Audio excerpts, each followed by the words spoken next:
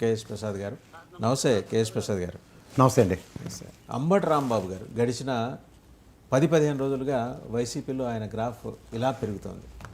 ఆయన టేకప్ చేసిన ఇష్యూస్ కావచ్చు, లేకపోతే పరిస్థితులు ఆయనకు అనుకూలంగా కలిసి రావటము కావచ్చు. మొత్తానికి మొన్న ఆయన ఇంటి దగ్గర పోలీసుల హడావిడి, తర్వాత వాళ్ళతోటి వాగ్వివాదం, దరిమిలా నిన్న ఆయన మీద కేసు అండ్ సబ్సిక్వెంట్గా నిన్న ఆయన మాట్లాడటం. వైసీపీలో ఇంతవరకు ఆల్టర్నేటివ్ లీడర్షిప్ లేదు. ఒక్క జగన్మోహన్ రెడ్డి గారే మొత్తం సమస్తము. ఆయన తర్వాత సకల శాఖ మంత్రి, అంటే గవర్నమెంట్ ఉన్నంతవరకు సకల శాఖ మంత్రి సజ్జల రామకృష్ణారెడ్డి గారు అనుకుంటున్న తరుణంలో ఒక ప్యారలల్ లీడర్షిప్ ఎదగటానికి జగన్మోహన్ రెడ్డి గారు స్కోప్ ఇచ్చారనుకోవచ్చా? అంటే ముందుగా 99 టీవీ ప్రేక్షకులు నమస్కారం అండి. మీకు కూడా నమస్తే సార్. నమస్కారం. ఇప్పుడు ఒక పర్సనాలిటీ అనేది ఎలా ఉంటుందంటే పొలిటికల్ ఏరాలో they been in this for years together. And apart from that ఒక సిచ్యువేషన్ డిమాండ్ చేసినప్పుడు హౌ ఈ రైజెస్ అనేది చాలా ఇంపార్టెంట్ ఒక పొలిటికల్ లీడర్కి, ముఖ్యంగా నియోజకవర్గంలో ప్రాతినిధ్యం వహిస్తున్న ఎమ్మెల్యేలకి వీళ్ళకి. ఇప్పుడు ఎప్పుడైనా సరే ఆయనే భయం పడిపోయి అయ్యో పోలీసులు కాబట్టి అని వెనక్కి తగ్గితే క్యాడర్కి ఏ విధమైన మనోధైర్యం ఇవ్వగలుగుతాడు. అంచేది ఏంటంటే టగఫోర్గా నువ్వా నేనా. ఇప్పుడు ఆ మాటకు వస్తే గతంలో లోకేష్ గారు చూడండి, వాళ్ళ నాన్నగారిని అరెస్ట్ చేసినప్పుడు ఒక కొడుగ్గానే వెళ్ళడానికి ఏముందన్నది the way is shown is aggression. So అట్లా ఒక మూమెంట్ ఫ్లేరప్ అవుతున్నప్పుడు ఆ మూమెంటరీగా వచ్చే స్పాంటేనియస్ రియాక్షన్స్తో వాళ్ళ నాయకత్వ లక్షణాలని ప్రజలు అర్థం చేసుకునేలాగా తయారవుతారు. మీరు అన్నట్టు జగన్మోహన్ రెడ్డి గారు ఆల్రెడీ 175 నియోజకవర్గాల్లో 151 గెలిపించుకున్నప్పుడే ఐడెంటిటీ క్రియేట్ చేసి ఇచ్చారు. How they need to project themself అన్నది చాలా ఇంపార్టెంట్. వ్యక్తిగతంగా వాళ్ళు చూసుకోవాలి, గ్రాఫ్ పెంచుకోవడం. అండ్ అపార్ట్ ఫ్రమ్ ఇప్పుడు పేరు నాయన్ గారు ఉన్నారు, ఆయన అయితే స్పాంటేనియస్గా ఇష్యూ బేసెస్లో ప్రతిదానికి ప్రెస్ మీట్ పెట్టి how is expressing is this thing.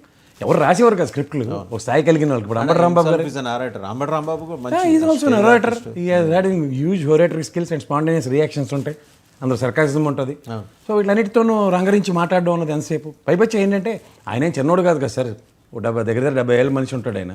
ఎంత కాదన్నా ఒక పోలీస్ వ్యవస్థతో నువ్వు నేను అన్న ఆర్గ్యుమెంట్ని is justified that. And more ఇక్కడ ఏంటంటే మనం చూడవలసింది, ఇతను ఎప్పుడైతే ఆ విధమైన ఇది ఉన్నప్పుడు వెనక క్యాడర్కి చాలా ధైర్యం వస్తుంది. ఇప్పుడు సే ఫర్ ఇన్స్టెంట్ ఒక మాబ్లో ఉన్నప్పుడు ఒక 10 మందిని కొట్టగలరు, లేదా మా అయితే ఒక 50 మందిని అరెస్ట్ చేయగలరు.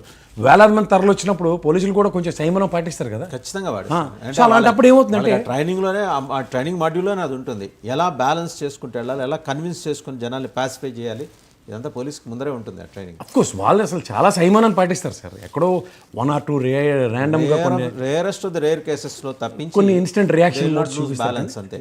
They won't lose the balance first. So ఆ విధంగా సంయమనాన్ని పాటిస్తూ చేస్తున్న దగ్గర ఒక్కొక్కసారి అసలు మొన్న జరిగిన గొడవ అప్పుడు పోలీసులకి ఆయనకి మధ్య జరిగిన వాగ్వివాదం ఏంటో ఒకసారి చూద్దామండి.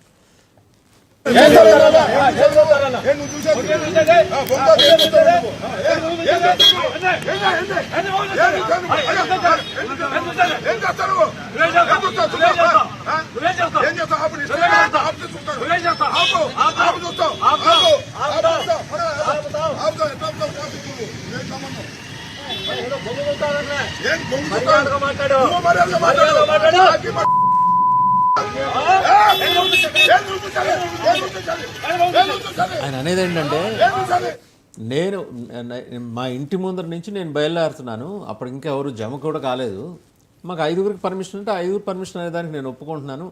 అది కూడా చూద్దాం సార్ ఒకసారి ఆయన మాట్లాడండి బయట కూడా. అంతకుముందు కూడా నేను మినిస్టర్ ఉన్నప్పుడు కూడా పోలీసులు ఉండేవారు, అది వేరే అంశం.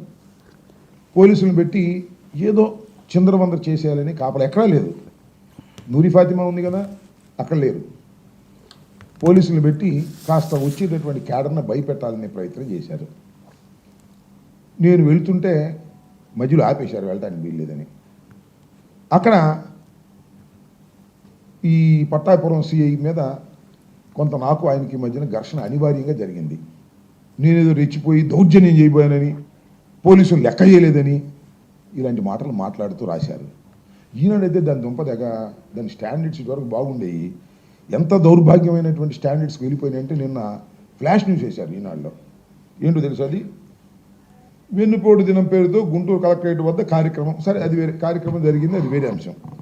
ఎంత వక్రీకరించి తోసుకెళ్తాం, ఆపుకోండి అంటూ అంబటి రాంబాబు దౌర్జన్యం. ఇది జరిగింది ఎక్కడ? నా మీద ఎఫ్ఐఆర్ కూడా కట్టారు, అది వేరే విషయం. అది జరిగింది ఎక్కడ? నువ్వు రాసేది ఎక్కడ? పాప రామోజీరావు చచ్చిపోయాడు, దాంతోపాటు మీ విలువలు కాస్త కోస్త ఉన్నాయి కూడా చచ్చిపోయినాయి. ఇంత నాకు అర్థం కాలే. ఈనాడంటే ఇప్పుడో మా చిన్నప్పటి నుంచి ఉన్న ఇది కదా ఇంత తప్పుడు రాతలు రాస్తారేంటి అంటున్నా. కక్ష ఆ సీఏని సపోర్ట్ చేయడం కోసం సీఏ అంట కలెక్టరేట్ దగ్గర మా ప్రతినిధులు ఎవరు రావడానికి వెళ్ళడానికి అసలు ఎరండల్ బ్రాడీపేట సీఏకి అక్కడే సంబంధం. అక్కడ వేరే సీఏ ఉన్నాడు, వేరే డిఎస్పీ ఉన్నారు. వెళ్ళి అడిగాం, 5గురు పంపిస్తా ఉన్నారు, 5గురు వెళ్ళాం. దానికి వక్రీకరించి రాసేటటువంటి ఎమ్మటే సపోర్ట్ అనమాట.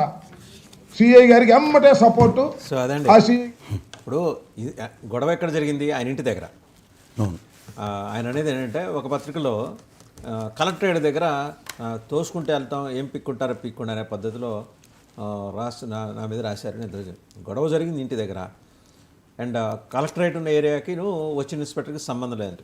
అది అనకూడదులేండి, ఎందుకంటే పోలీస్ ది డిస్క్రిప్షన్ అది పోలీస్ సూపరింటెండెంట్ ఆయన పంపిస్తారు, ఎవరో ఒకరిని పంపిస్తారు. ఎవరు వచ్చారనేది కాదు మ్యాటరు, ఏం జరిగింది అనేది. ఆయన ట్వీట్ కూడా చూసాం కదా, కాపుల మీద కేసులు తిరగతోడాలనుకునేవారు నా మీద కేసులు పెట్టకుండా. మనం జాగ్రత్తగా డాట్స్ కనెక్ట్ చేస్తే 2 రోజుల నుంచి మనం మాడదు వస్తున్నాం.